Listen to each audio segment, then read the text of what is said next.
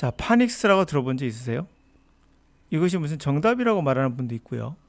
그리고 네이버만 검색해봐도 이게 무슨 엄청난 것처럼 설명하는 그러한 내용도 많습니다. 예, 어떤 분은 200년 된 논쟁이라고 말하는 분도 있는데요. 파닉스의 반대 개념으로 본다면 바로 whole language예요. 이것은 기원 한번 알아보시면서 정말 이것이 맞는 건가 한번 근거를 한번 찾아보자고요. whole language의 근거는 노암 촘스키부터 시작돼요. 뭐 의문의 여지 없이 바로 whole language의 운동의 씨앗은 뿌리가 언어학자 노암 촘스키에서 시작하는 건 맞아요. 자, 그럼 노암 촘스키라는 사람은 몇 년생이냐? 1920 몇 년생이에요. 7년이 걸릴 겁니다, 아마. 그리고 이 책이 나온 게 종합적으로 나온 건 1900 거의 70년대에 돼야 나와요. 55년부터 1년부터 해가지고 책을 출판하다가 이제 본격적으로 이때 이제 마무리되는데 보시면 알겠지만 첫 번째 거짓말이 뭡니까? 근거가 없는 게 200년 된 논쟁이라고요. whole language는요 200년 된 게 아니라 노암 촘스키가 씨앗을 뿌린 거예요. 50년 됐나요? 대략 50년을 봐야겠죠. 그러니까 이것부터 틀렸어요. 그리고 200년 된 그러한 이론이라면 그건 버려야 돼요. 구태의연한 거죠. 자, 이건 최신이고요. 자, 그가 주장한 거는 랭귀지라는 것은 내추럴하며 생성형이며 자동적이다라는 거예요. 교육자들에게 촘스키의 이런 주장은 특히 장 삐아제, 이 장 삐아제를 말하지 않으면 유치원생들은 아동학은 없어요. 그 정도로 유명하신 분입니다. 아동인지학이라고 생각하시면 돼요. 아동인지학의 대표 주자인 장 삐아제, 그 레브 부고스키 이 사람의 업적과 결합하면서 이게 중요한 포인트예요. 촘스키로는 촘스키를 끝나는 게 아니에요. 아동학의 대표 주자인 아동학을 만들었다 봐야겠죠. 장 삐아제는 자신의 아이들을 대상으로 실험해서 나온 결과로서 이것이 지금의 모든 아동학의 근간을 이루고 있거든요. 그 사람과 현대 언어의 아버지라는 촘스키의 주장이 결합된 거예요. 그냥 툭 나온 게 아니에요. 그러면서 이것을 뭐라고 하냐면 이게 중요한 건데요. 코페르니칸 like change. 바로 코페르니쿠스적 변화라고 합니다. 언어를 가르치는 학에서 이것은 갈릴레오 갈릴레이나 코페르니쿠스가 말했던 지동설과 같은 혁명이었어요. 그 전에 있는 게 뭘까요? 바로 지금이 듣고 있는 파닉스 같은 것들이에요. 또는 문법 같은 것들이 바로 그에 속합니다. 이 코페르니쿠스적 변화를 당연히 거절할 수밖에 없죠. 그래서 계속 그들은 주장을 하고요. 자, 수세대에 걸친 영어를 가르친 사람들은 리딩과 라이팅과 스피킹을 인위적으로 행동학적으로 그런 행동학적인 반응으로서 받아들였어요. 조건에 관한 반응. 근데 촘스키 학파는 이건 자연스러운 거지 억지로 하는 게 아니야. 학습자가 자신이 이끌고 가서 하는 거지 가르칠 수 없다고 라고 하는 거죠. 여기서부터 첫 번째 거짓이 나옵니다. 검증이 됐죠? 200년 된 논쟁 아니고요. 그리고 whole language는 50년 정도 됐다 보셔야 되고요. 대표적인 주자가 아동 인지학의 대표적인 삐아제가 있고요.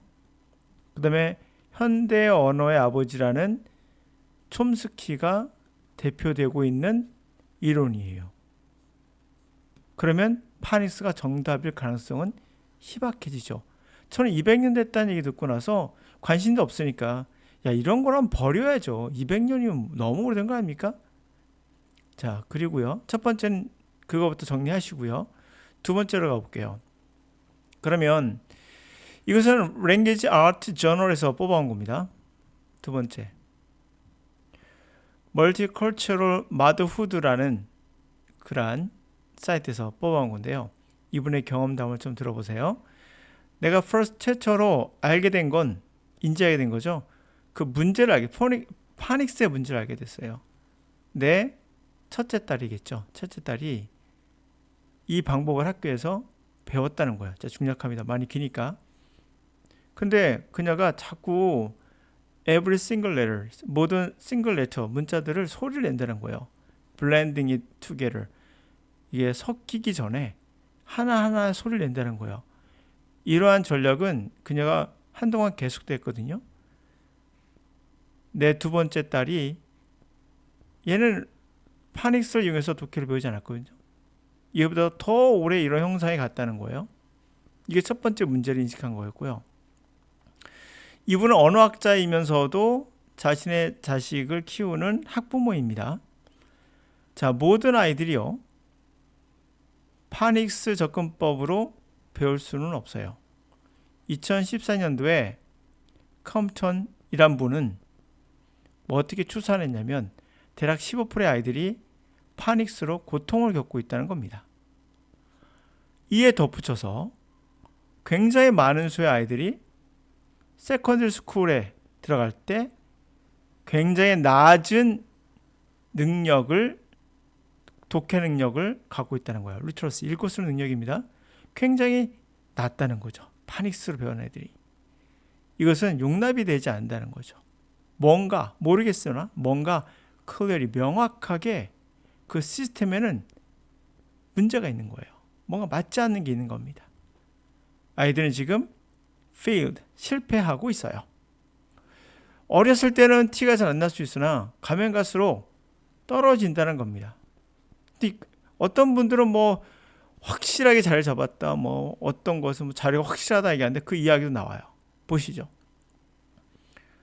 그런 파닉스가 prescribe 로즈 리포트라고 2006년도에 이 사람이 최초로 제안한 거라고 보시면 돼요.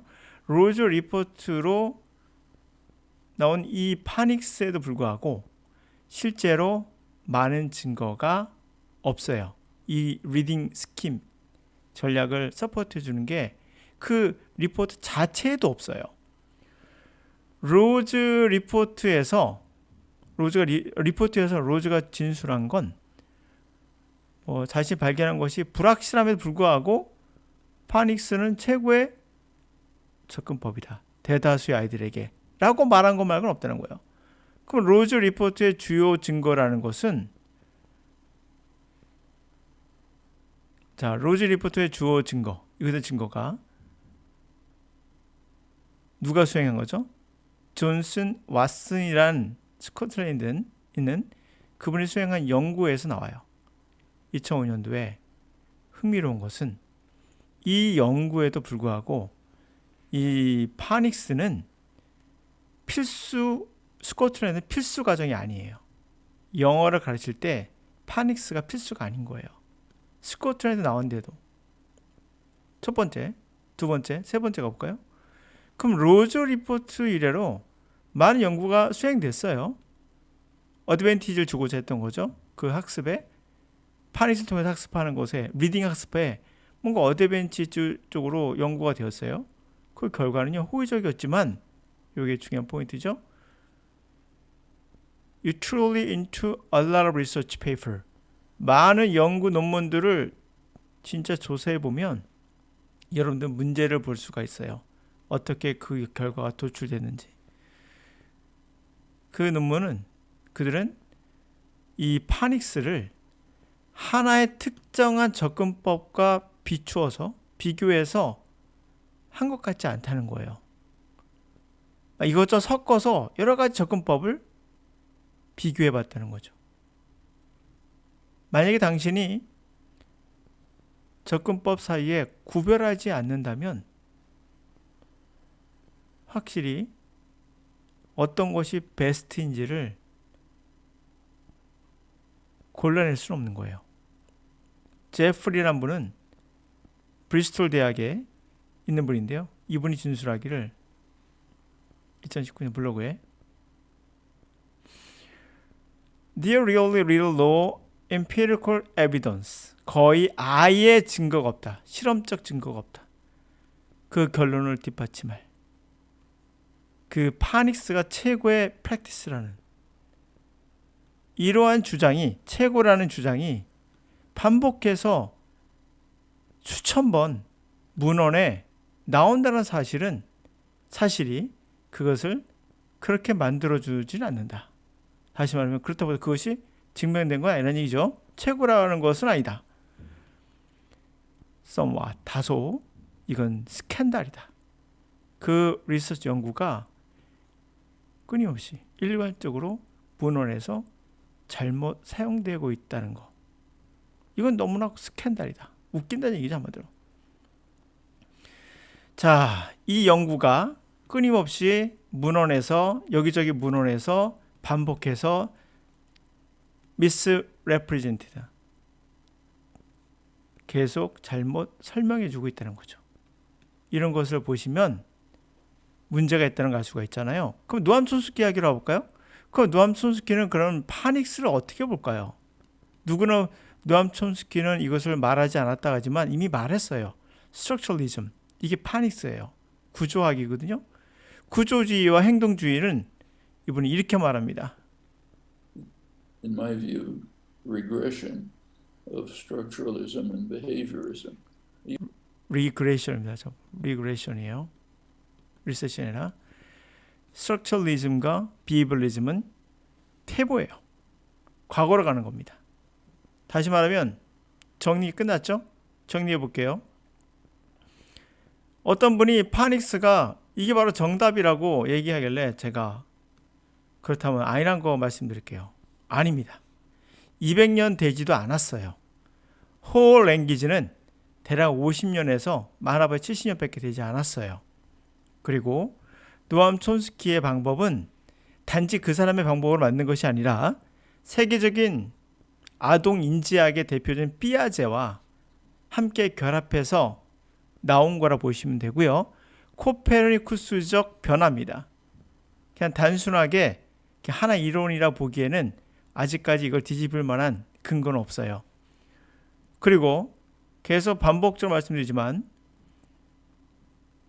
이분의 사례에서는 첫 번째 자신의 딸을 갖고 한 실험이에요. 삐아제도 자신의 딸들을 가지고 자식들을 가지고 한 실험으로서 만든 학습이에요. 마찬가지로 이 아이에게 문제가 생겼다는 걸 말하고 있고요. 자신 아이에게. 그리고 이분은 언어학자입니다. 이 언어학자에 따르면 아동의 10에서 15%가 5명 중에 10명 중에 1명에 2명 정도가 파닉스로 고통을 겪고 있고, 그리고 중학교 들어갈 때, 세컨드 스쿨 들어갈 때 굉장히 많은 수 아이들이 읽기를 잘 못한다. 이건 용납이 안 된다는 거죠. 뭔가 잘못된 게 있다는 거예요. 파닉스에는. 또 하나. 그럼 파닉스를 만든 사람이 있을 거 아니에요. 로즈 리포트라는 거. 2006년도에 나왔던 거. 이거 증거가 희박하다는 거. 본인 스스로 증거를 제시하지 못해서 불확실하다고 얘기를 했다는 거예요. 실제로. 그러나 최고다라고 얘기했다는 거죠. 이 사람이 썼던 리포트는 존슨 앤 왓슨이라는 스코틀랜드 사람의 어떤 것을 참조했나 봐요. 연구를. 그러나 스코틀랜드 자체에서도 필수로 그렇게 하지 않는다는 거. 또 하나. 로즈 리포트 이후에 많은 연구가 수행이 됐어요. 그런데 그 결과는 어떻습니까? 뭔가 실험에 문제가 있다는 거죠. 그 결과를 도출하는 방식에 문제가 있어요. 어떠한 실험할 때는 A라는 게 있으면 B에 비교할 때 이게 바로 누가 되는 겁니까?